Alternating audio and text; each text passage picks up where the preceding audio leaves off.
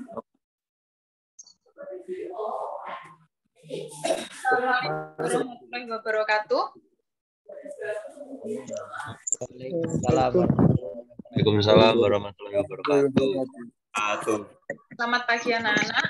Alhamdulillah pada pagi hari ini kita dapat bertemu dalam mata kuliah statistik pertemuan pertama. Nah, sebelum kita mulai perkuliahan kita hari ini, mari kita berdoa sesuai dengan agama dan kepercayaan masing-masing. Berdoa dipersilahkan.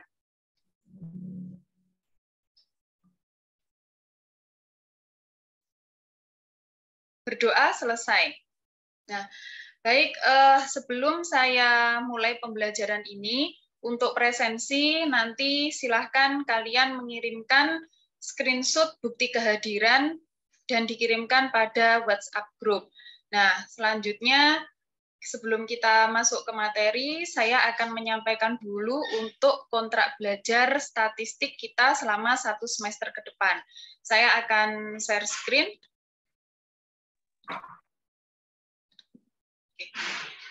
Apakah di situ sudah terlihat untuk kontrak belajarnya?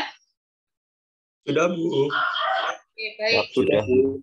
Untuk mata kuliah statistik dan probabilitas di semester 3 ini nanti akan terdapat 18 kali pertemuan. Maaf, 16 kali pertemuan, yaitu 14 kali pertemuan untuk teori, 1 kali pertemuan untuk UTS, dan 1 kali pertemuan untuk UAS. Nah, nanti untuk kontrak belajar ini akan saya berikan via grup, sehingga nanti kalian dapat membaca lebih detail. Saya di sini hanya akan menyampaikan beberapa hal yang penting, yaitu yang pertama terkait dengan proses penilaian. Ya, untuk proses penilaian ini nanti akan saya ambilkan dari 5 aspek. Yang pertama adalah tugas atau kuis, selanjutnya nanti ada UTS, ada keaktifan di dalam kelas, presensi atau kehadiran, serta UAS dengan ring penilaian seperti yang sudah saya jelaskan pada kontrak belajar ini. Nah, untuk pertemuan kita ada 16 kali pertemuan. Ini semuanya sudah saya tuliskan pada tabel rencana pertemuan untuk setiap pertemuannya, ya. Pada pertemuan pertama ini nanti selain penyampaian kontrak belajar, kita juga akan masuk ke materi tentang pengetahuan dasar statistik, ya, yang meliputi apa pengertian statistik, apa perbedaan statistik dan statistika, kemudian ada data, bagaimana contoh-contoh data, serta bagaimana cara kita melakukan proses pengumpulan data. Oke. Baik, sebelum masuk ke materi, apakah ada yang ditanyakan terkait dengan teknis perkuliahan atau dengan materi yang akan kita pelajari? Silahkan, ada yang ingin ditanyakan?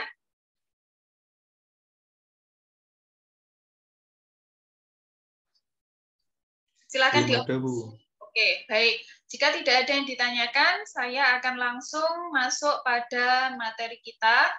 Saya akan share screen dulu.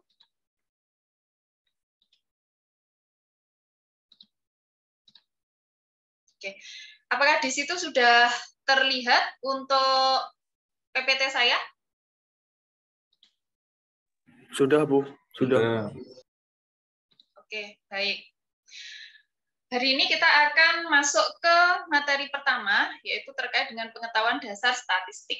Nah, sebelum masuk ke materi ini, saya juga akan menginfokan, nanti saya akan memberikan kalian modul. Ya, sebenarnya di dalam modul ini nanti ada uraian materi, ada beberapa latihan, serta ada tes formatif untuk mengukur pengetahuan kalian terkait dengan materi yang sudah dipelajari. Nah, oleh karena itu, sebelum masuk ke modul tersebut, saya akan menjelaskan poin-poin penting terkait dengan materi kita. Untuk lebih detailnya, nanti kalian bisa membaca dan memahami dari modul yang saya bagikan. Nah, baik, mungkin sebelum kita masuk ke apa sih sebenarnya statistik atau statistika, nah biasanya kita pernah kalian pernah ya menjumpai berita yang menyatakan suatu informasi tertentu dan itu dinyatakan misalkan dalam bentuk persentase atau dalam bentuk grafik seperti ini. Pernah melihat ya, biasanya ada di koran atau ada di sosial media juga ada ya. Nah, di sini ketika kita melihat angka di sini ada 97,4. Ini adalah data tentang perilaku pengguna internet di Indonesia dan di sini ada nilai 97,4%, ada 96,8%, ada 96,4% dan seterusnya. Nah, sebenarnya nilai-nilai yang kita lihat ini yang biasanya juga ada di koran ya, ini seperti ini. Nah, sebenarnya nilai-nilai inilah yang disebut sebagai statistik. Ya, sebenarnya nilai ini yang kita sebut sebagai statistik. Nah, bagaimana cara kita untuk memperoleh nilai ini? Ya, cara yang digunakan untuk memperoleh nilai ini dan sampai dengan kita bisa membuat satu kesimpulan, oh ternyata pengguna internet di Indonesia itu untuk sosial media itu yang paling tinggi ternyata persentasenya. Jadi warga Indonesia itu suka menggunakan sosial media. Itu ada 97,4. Nah, proses kita untuk mendapatkan 97,4, kita mengumpulkan data, kemudian mengolah, sampai dengan kita menarik satu kesimpulan, itulah yang dinamakan sebagai statistika. Ya, jadi antara statistik dengan statistika itu sebenarnya adalah dua istilah yang berbeda maknanya, walaupun hanya berbeda satu huruf A di belakang ya, tetapi itu tidak sama. Ya, jadi itu perlu dipahami. Dan nanti kalau misalkan mengucap atau menyebutkan itu tidak salah kaprah. Ya. Baik, nah seperti tadi yang sudah saya jelaskan, apa sih yang disebut sebagai statistik dan statistika itu? Statistik itu merupakan rekapitulasi dari satu fakta yang berbentuk angka, ya, yang berbentuk angka disusun dalam bentuk tabel dan diagram, di mana angka atau tabel atau diagram itu mendeskripsikan dari suatu permasalahan. Nah, seperti tadi, kalau yang kita lihat itu adalah satu angka atau satu diagram yang menginformasikan kepada kita terkait dengan penggunaan internet di Indonesia. Nah, kalau statistika sendiri, statistika itu memiliki arti sempit dan juga arti luas. Kalau dari arti sempitnya, statistika itu bisa disebut sebagai statistik deskriptif ya. Tapi kalau dalam arti luasnya, dia bisa disebut sebagai statistik inferensial. Nah, apa yang dimaksud dengan statistik deskriptif?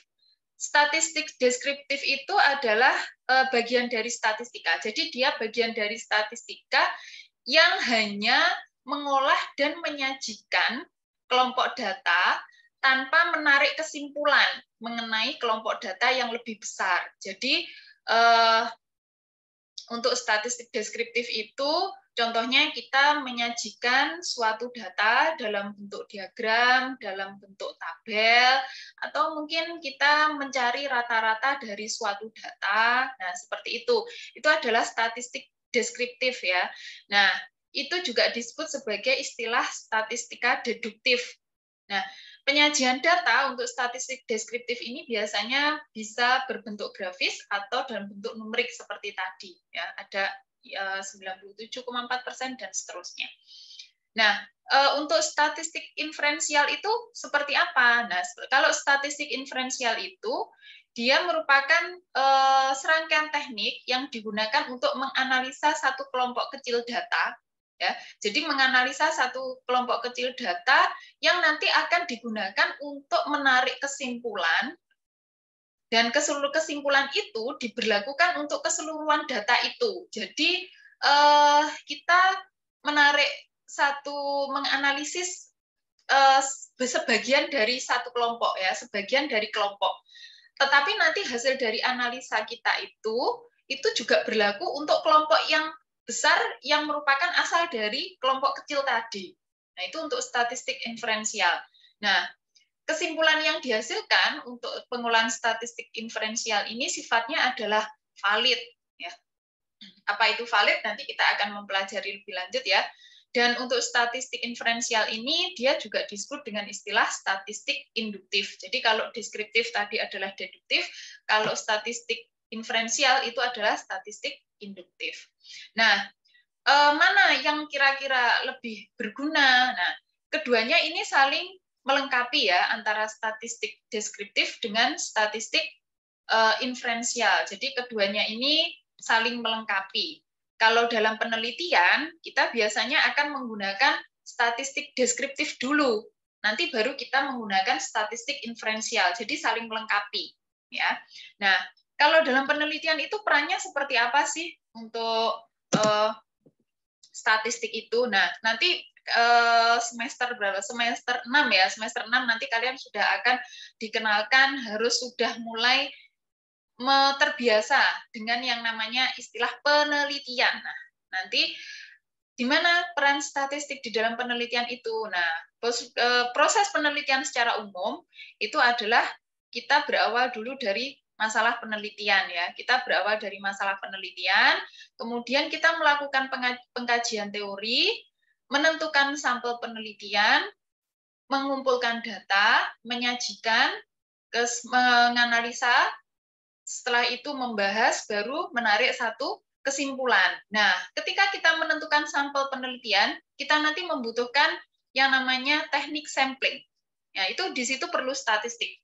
Nah, kemudian ketika kita melakukan pengumpulan data, kita butuh instrumen seperti angket, soal, atau angket, soal, atau tes. Nah, untuk angket atau soal atau instrumen yang lain dalam penelitian itu harus diuji validitas dan reliabilitasnya dulu. Nah, di situ kita juga perlu statistik. Ya. Lalu setelah kita mengumpulkan data, kita menyajikan data dan menganalisa data. Itu pun juga kita perlu statistik di dalamnya. Jadi nanti insya Allah untuk statistik ini akan banyak digunakan ketika kamu sudah masuk ke penelitian, sudah mulai menyusun proposal, itu sudah harus paham, oh statistiknya nanti perannya di sini. Jadi jangan sampai nanti ketika masuk ke penelitian kalian belum paham tentang statistika, karena itu nanti pasti akan digunakan. Ya. Baik. Selanjutnya, nah, oke. Ketika kita melakukan satu penelitian atau kita nanti bekerja dengan statistik, kita akan mengenal yang namanya istilahnya data. Apa itu data? Data merupakan bahan mentah yang masih perlu diolah, ya, yang masih perlu diolah sehingga dia nanti akan menghasilkan satu kesimpulan yang menginformasikan tentang sesuatu hal. Nah, data ini macamnya banyak. Ada yang ditinjau dari sumbernya, ada yang ditinjau dari cara perolehannya, dan ada juga yang ditinjau dari sifatnya.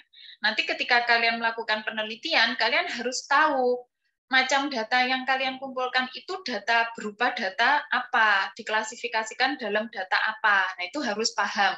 Ya.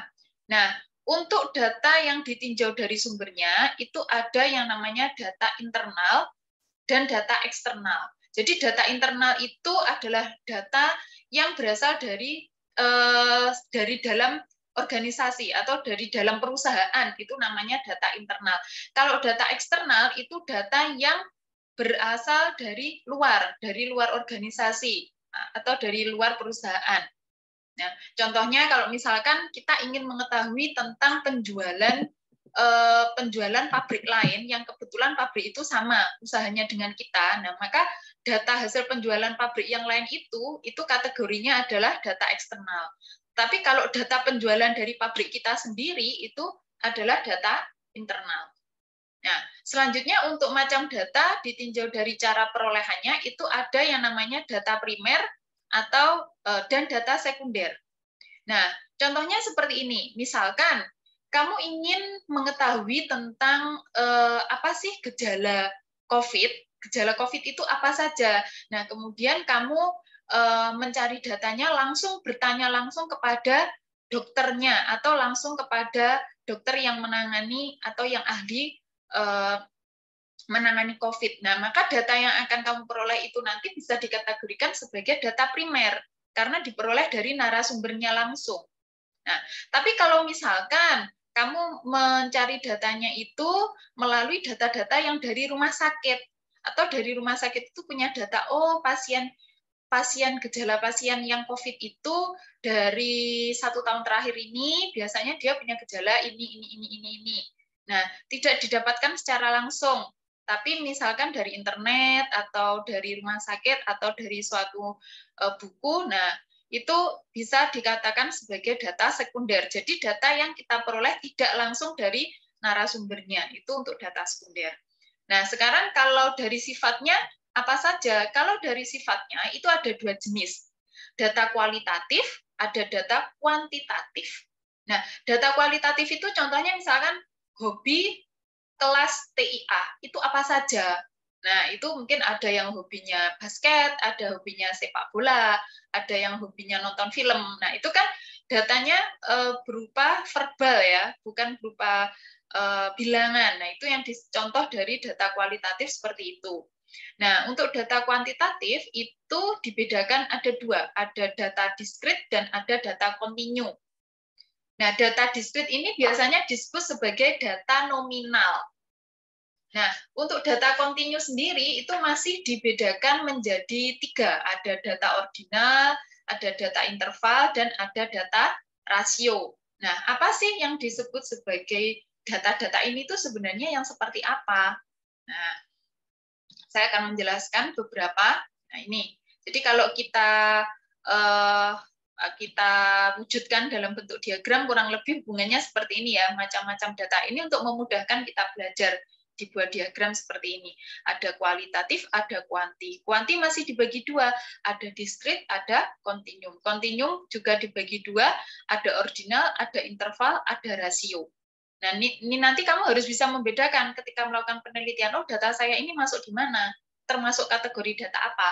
Karena untuk mengetahui, kalau ketika kamu akan mengolah satu data, dan alat apa yang akan kamu gunakan, statistik apa yang akan kamu gunakan, itu tergantung dari jenis datanya. Kalau kamu tidak tahu, maka nanti bisa jadi pemilihan uji statistiknya pun juga keliru. Nah, oke, saya lanjutkan untuk data diskrit. Data diskrit itu biasanya data yang diperoleh dengan melalui perhitungan. Ya, bukan mengukur ya, tetapi menghitung. Nah, itu adalah data diskrit. Dia sering juga disebut sebagai data nominal.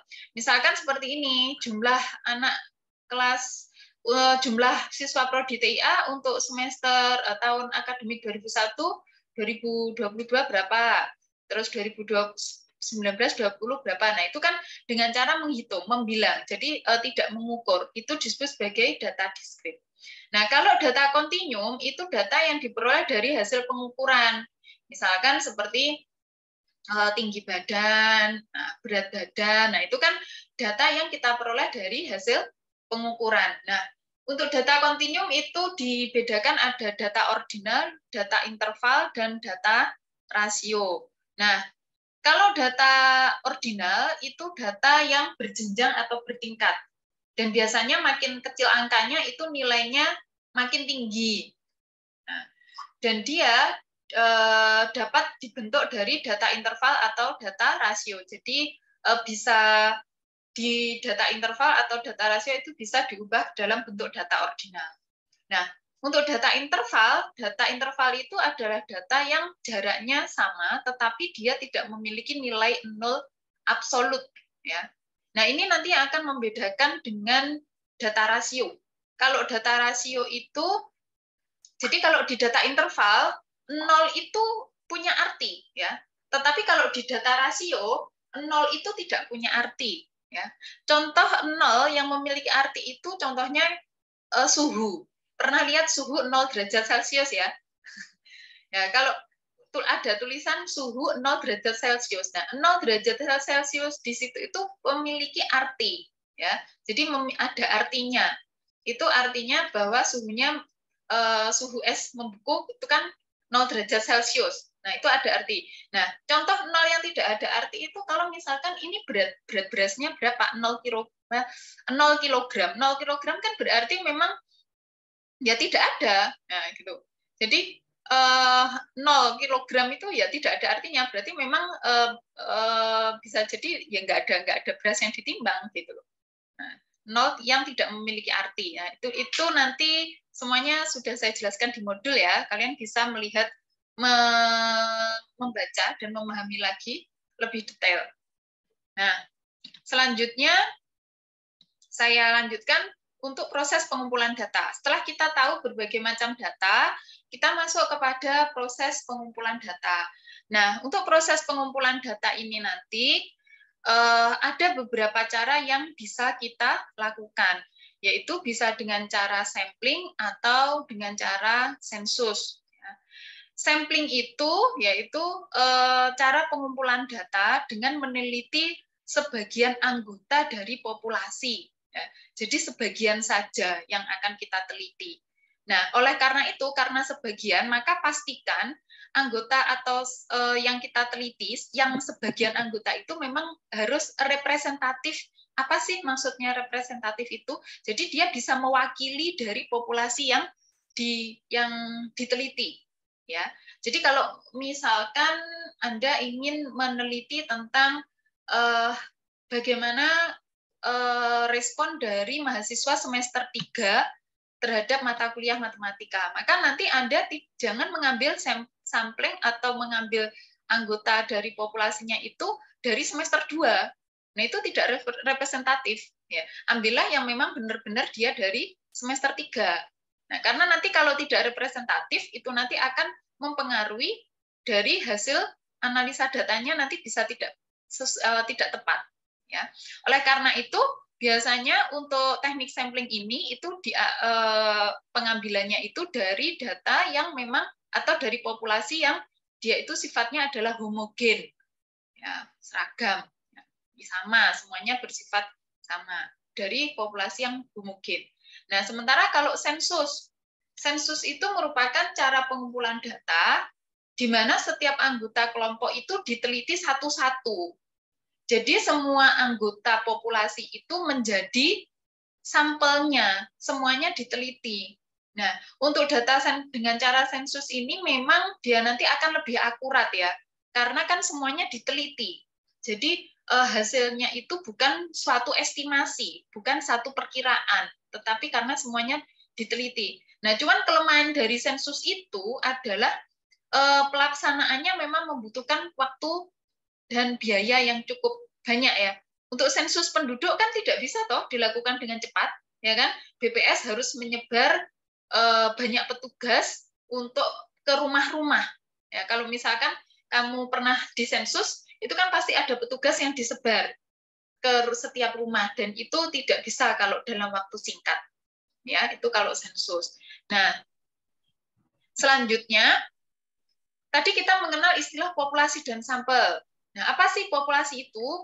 Populasi itu merupakan objek atau subjek yang berada pada satu wilayah dan dia memenuhi syarat tertentu yang berkaitan dengan masalah penelitian.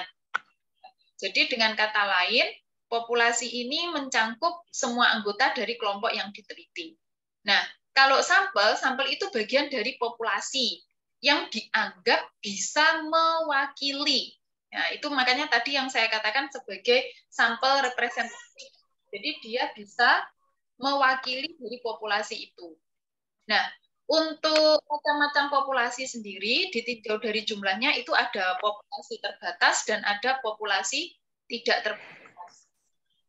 Nah, sementara untuk macam populasi kalau dilihat dari sifatnya, tadi saya juga sudah sempat mengatakan, ada yang namanya populasi homogen, ada yang namanya populasi heterogen. Ya, jadi kalau homogen itu semuanya sama, ya, dari sifatnya, tapi kalau heterogen nanti akan ada perbedaan. Apakah untuk populasi heterogen ini tidak bisa diteliti? Bisa, tetap bisa diteliti, ya. Tetapi nanti caranya yang berbeda. Nah, untuk pemilihan sampel atau populasi ini ada dua cara. Bisa dilakukan secara atau bisa juga dilakukan dengan tidak acak. Nah, Kalau misalkan dilakukan dengan cara acak, itu biasanya dilakukan dengan cara undian, seperti arisan itu loh. Ya, itu merupakan pemilihan yang dilakukan secara acak. Orang arisan itu kan dikopiok. Kemudian nanti siapa yang apa itu namanya keluar kan kita tidak tahu karena memang diundi. Nah, atau bisa juga dengan cara tabel bilangan acak. Jadi kita membuat satu tabel, terus nanti kita menentukan sampelnya itu dari tabel bilangan yang sudah kita buat secara acak. Nah, oke, mungkin dari sini dulu ada yang ingin ditanyakan, silahkan. Jika ada yang ingin bertanya sebelum saya memberikan penugasan. Oke, silahkan Saudara Fieri.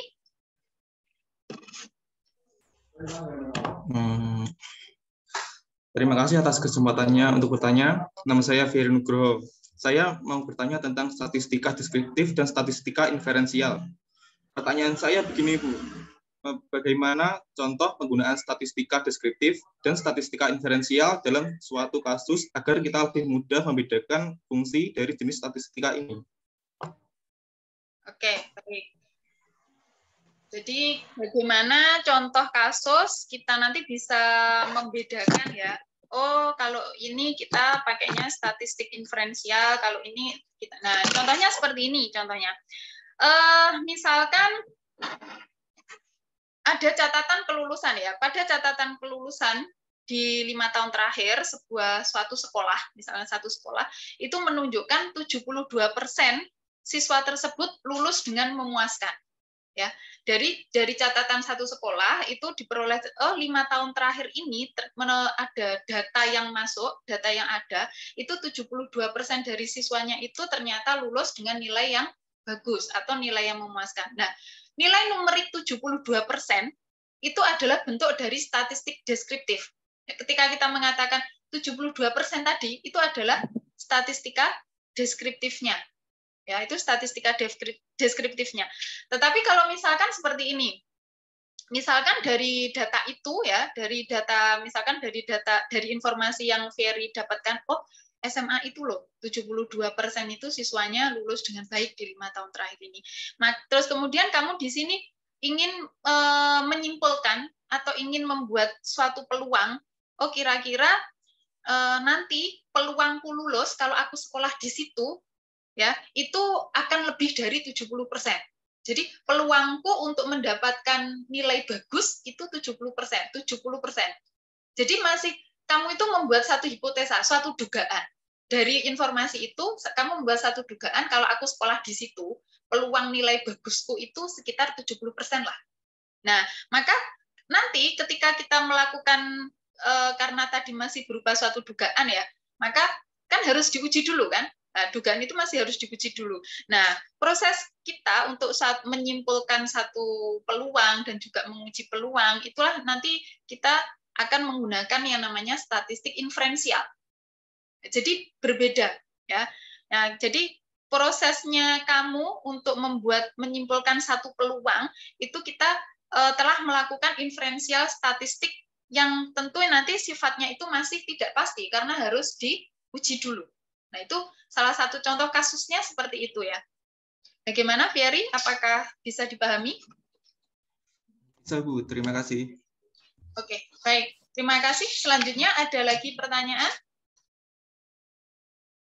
Oke, baik. Mungkin cukup satu pertanyaan saja ya, anak-anak. Nah, selanjutnya ini nanti silahkan ya. Di sini saya akan memberikan penugasan untuk pertemuan yang pertama.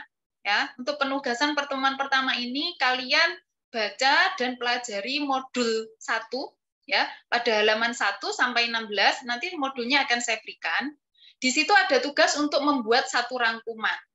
Ya, silahkan kalian membuat rangkuman pertama dengan ketentuan seperti yang sudah saya tentukan dan jadi ada 2 rangkuman. Gunakan kata-kata sendiri dan apabila Anda menggunakan contoh, maka gunakan contoh yang berbeda dari yang ada di modul. Karena saya seperti contoh data ya, data numerik atau data ordinal, data rasio, saya di modul itu memberikan contoh. Nah, kamu nanti mencari yang berbeda. Itu. Nah, nanti setelah tugas merangkum itu silahkan kalian mengerjakan latihan pada halaman 13. Dan dari rangkuman dan penugasan itu nanti silahkan diupload dalam bentuk PDF pada link yang sudah saya tentukan di sini. Oke? Baik. Itu untuk tugas hari ini ya.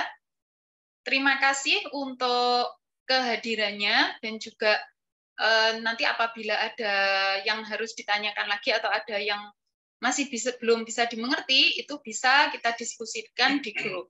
Nah, sebelum kita akhiri perkuliahan kita hari ini, mari kita berdoa dulu agar apa yang kita pelajari hari ini dapat bermanfaat dan membawa berkah untuk kita semua.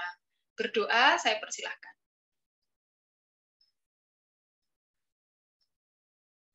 Berdoa selesai. Baik anak-anak, terima kasih untuk kehadirannya. Dan sebelum kita akhiri, mungkin kita bisa, tolong dinyalakan videonya ya. Kita bisa foto untuk sebagai bukti pembelajaran kita pada hari ini. Oke, silakan Yuda dinyalakan videonya. Oke, terima kasih. 1, 2, 3. Oke, selanjutnya yang kedua. 1, 2, 3. Oke. Terima kasih. Baik, saya akhiri untuk pertemuan kita hari ini. Assalamualaikum warahmatullahi wabarakatuh. Waalaikumsalam Waalaikumsalam warahmatullahi wabarakatuh. warahmatullahi wabarakatuh.